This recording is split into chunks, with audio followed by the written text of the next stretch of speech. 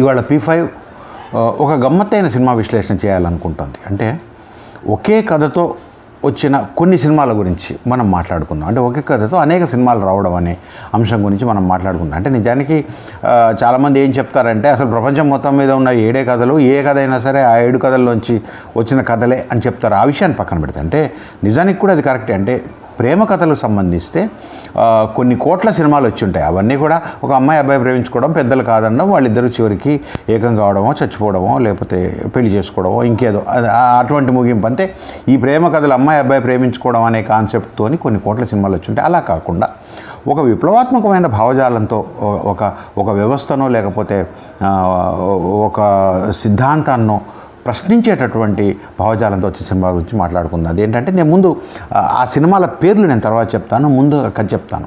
ఒక అమ్మాయి అబ్బాయి ప్రేమించుకుంటారు.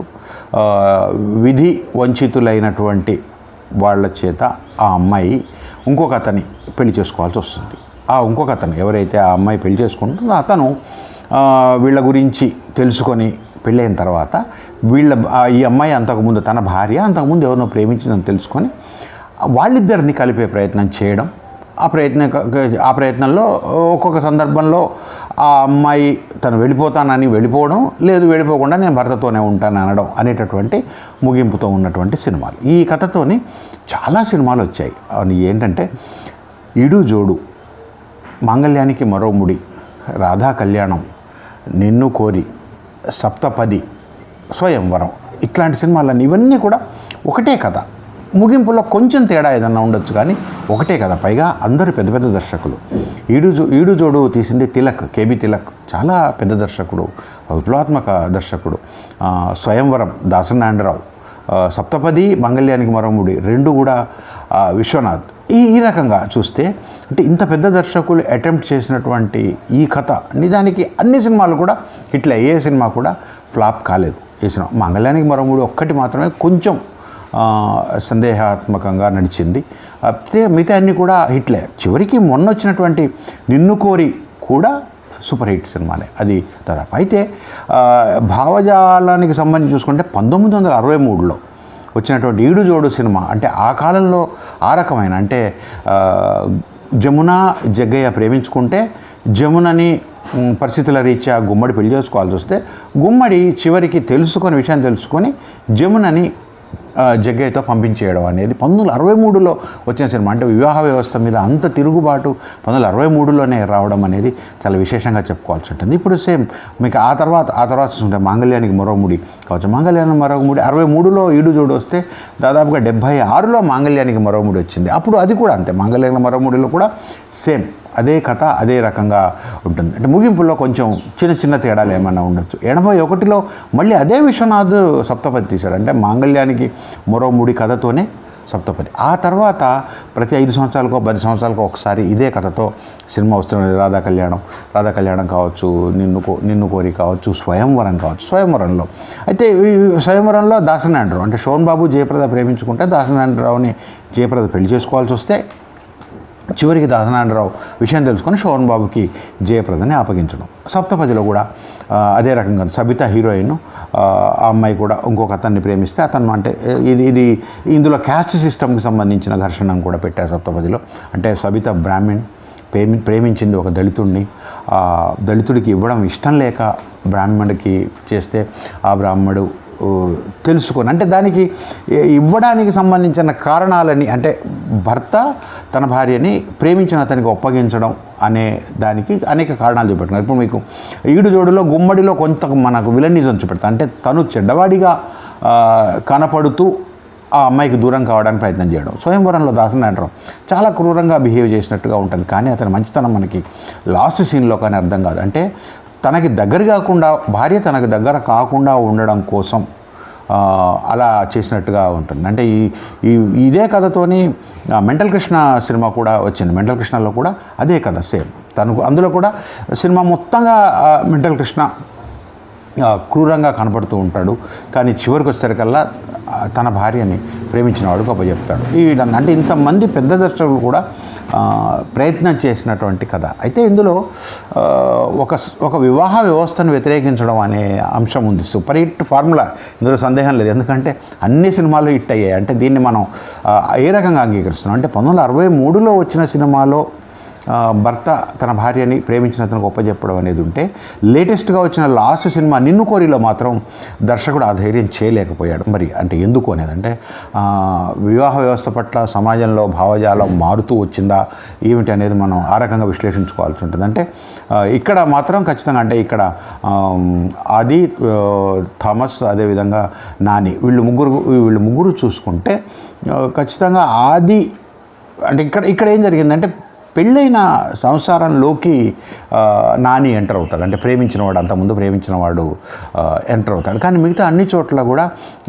అలా కాకుండా అంటే అప్పటికి వాళ్ళ మధ్య శారీరకంగా అంటే పెళ్ళైన భర్తకి ఆ ప్రేమించి అమ్మాయికి మధ్య శారీరక సంబంధం లేనట్టుగా సృష్టించడం, దానికి రకరకాల కారణాలు. అంటే స్వయంవరం లాంటి సినిమాలో తను క్రూరంగా ప్రవర్తించి అమ్మాయి తనకు దగ్గరగా రాకుండా చేసుకోవడం అనేది భర్త చేసే పని అయితే, సప్తపది లాంటి సినిమాలో ఏం చేశాడంటే శోభనం గదిలోకి వెళ్ళంగానే భార్యలో తన పూజించే ఒక దేవత కనపడడం అనేది ఆ భర్తకి పెట్టి, ఆ భర్త ఆ అమ్మాయి దగ్గరికి భార్యగా వెళ్ళకపోవడం అనే కారణం చూపించి ఆ అమ్మాయిని అంటే ఆ అమ్మాయి కన్యత్వాన్ని, ఆ అమ్మాయి శీలను అలానే ఉంచడం, అలానే ఉంచి అప్పగించడం అనేది ఇప్పుడు నేను చెప్పిన చాలా సినిమాల్లో చాలా చోట్ల ఏంటంటే చివరికి వచ్చేసరికల్లా 1-2 సినిమాలలో భార్యే లేదు నేను వివాహ వ్యవస్థను గౌరవిస్తాను, నేను అతను ప్రేమించిన మాట నిజమే, కానీ మీ మంచితనానికి నేను పడిపోయి నేను మీతోనే ఉండిపోతాను అనడం అనే ముగింపు ఒకటైతే, రెండవ ముగింపు ఆ భర్త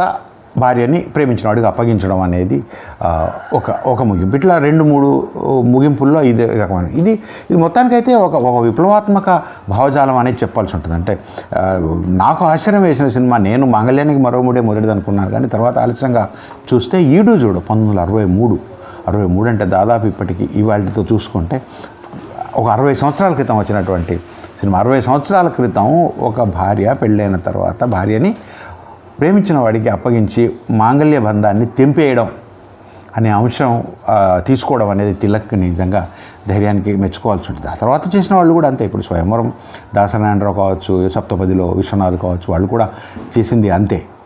దానికి ఏమి చాలా అంటే ఒక ధైర్యంగానే చెప్పాల్సి ఉంటుంది ఒక వ్యవస్థని. అయితే లేటెస్ట్గా వచ్చినట్టు నేను ఇందాక చెప్పినట్టుగా నిన్ను కోరి లాంటి సినిమాల్లో మాత్రం ఎందుకో మరి ఆ ధైర్యం చేయలేకపోయారు. అంటే మనం వ్యవస్థ లేదు వివాహ వ్యవస్థని మనం చూసే విధానంలో మార్పులు వస్తున్నాయా, లేకపోతే ఇప్పుడు యువతలో ఆలోచన విధానంలో మార్పులు వస్తున్నాయా అనేది సరే అది ఆ విషయాన్ని పక్కన పెడితే, ఇది మాత్రం అంటే సినిమాకి హిట్ ఫార్ములా లేదు అని అనుకోవడం తప్పు. ఎందుకంటే ఈ కథతో తీస్తే ఖచ్చితంగా హిట్ అవుతుంది అనుకోవడం వల్లనే. అంటే విశ్వనాథే దాన్ని 2 సార్లు అటెంప్ట్ చేశాడంటే చూడండి, విశ్వనాథ్ మాంగళ్యానికి మరో ముడి కొంచెం సాంఘికం టైప్లో తీసుకొని ఇటు సప్తపదికి వచ్చేసరికల్లా దాన్ని సంగీతం బేస్డ్ అంటే అప్పటికి తను కొంత శంకరాభరణం హ్యాంగ్ ఓవర్లో ఉన్నాడు కనుక ఆ నేపథ్యంలోంచి తీసుకొని మొత్తం సంగీతం అంటే సబితాలో నర్తక అయి ఉంటుంది, సబిత ప్రేమించిన అబ్బాయి తను ఫ్లూట్ మాస్టర్ అయి ఉంటాడు. ఇట్లా ఈ రకంగా సంగీతాన్ని తీసుకొని ఆ సంగీతం నేపథ్యంలో బ్రాహ్మణ నేపథ్యంలో దాని క్యాస్ట్ కూడా పులిమి గోవులు తెల్లన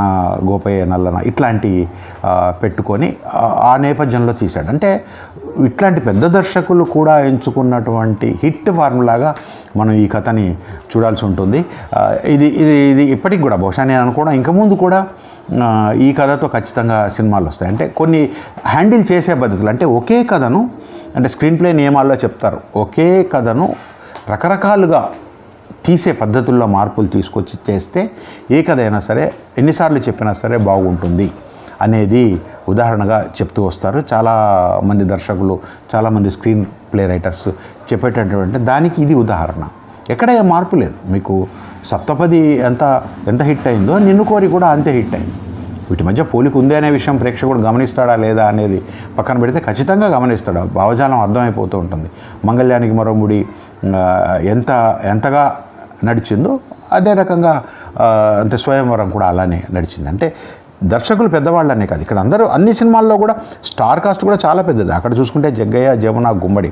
ఇక్కడ స్వయంవరంలో చూసుకుంటే శోభన్ బాబు, జయప్రద, దాసనారాయణరావే తన దర్శకుడు అయి ఉండి తనే భర్తగా వేసిన పాత్రను వేశాడు. చాలా విలని చూపెడతారు దాంట్లో. ఇప్పుడు మెంటల్ కృష్ణ కూడా అంతే, దాంట్లో కూడా మన మెంటల్ కృష్ణే దాంట్లో భర్త క్యారెక్టర్ వేశాడు. అట్లా అంటే ఎక్కడ కూడా ఏ సినిమాలు కూడా చిన్న చిన్న నటులతో తీసినవి కాదు, అన్ని పెద్ద దర్శకులు పెద్ద స్టార్ కాస్ట్తో తీసిన సినిమాలు వచ్చినవి. అంటే ఈ రకంగా చూసుకుంటే సింపుల్, మనం ఒకటే పాయింట్ ఏంటంటే ఒక కథని కొత్త కొత్త పద్ధతుల్లో కనుక చెప్తే అదే కథని అంటే దానికి మళ్ళీ మనం మొదటికి వస్తే ఇందాక చెప్పుకున్నట్టుగా 7 కథలు ఉంటాయి, అందులోంచే వచ్చినవి అన్నీ. అంటే ఇక్కడ కథ కూడా కొంచెం మార్పులతో, అది కూడా ముగింపు మాత్రమే, మార్పుకోవడమే.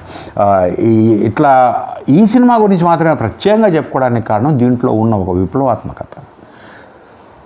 నలుగురి ముందు మంత్రాల మధ్య ఒక కట్టిన తాళిని దాదాపు కాదని తన భార్యని ఇంకొకళ్ళకి అప్పగించడం అనే అంశం మీద ఆధారపడ్డ కథ కనుక దీని గురించి చెప్పుకోవాల్సి ఉంటుంది. మామూలుగా అయితే ఇంకేం కాదంటే ట్రయాంగిల్ లవ్ స్టోరీస్లో చాలా వరకు మనం ఒక అమ్మాయి 2 అబ్బాయిలు ఉంటే ఒక అబ్బాయి త్యాగం చేసేయడం మనం చూస్తుంటాం, లేదు ఒక అబ్బాయి 2 అమ్మాయిలు ఉంటే కూడా ఒక అమ్మాయి త్యాగం చేయడం చూస్తాం. ఇక్కడ ఆ ట్రయాంగిల్ లవ్ స్టోరీ వ్యవహారం కాదు, ఇక్కడ సాంప్రదాయాన్ని కాదనడం. అదేవిధంగా క్యాస్ట్, సప్తపది లాంటి చోట చూసుకుంటే కులం కూడా ప్లేకి అవడం, అంటే కులము సాంప్రదాయము దీన్ని ఖచ్చితంగా భిన్నంగా వ్యక్తం చేయడం అనే సినిమా ఇది. ఇట్లాంటి చాలా ఇవన్నీ మంచి సినిమాలు, అన్నీ గొప్ప సినిమాలు. ఏ సినిమాని కూడా కాదనడానికి వీల్లేదు, ఏ సినిమా కూడా వద్దు అనడానికి వీల్లేదు, ఏ సినిమాని కూడా చెడ్డగా హ్యాండిల్ చేసిన సినిమా కూడా ఇది. అన్నీ కూడా పవర్ఫుల్గా ఉంటాయి, అన్నీ చూడబుల్గా ఉంటాయి, అన్నీ చూడదగ్గవిగానే ఉంటాయి.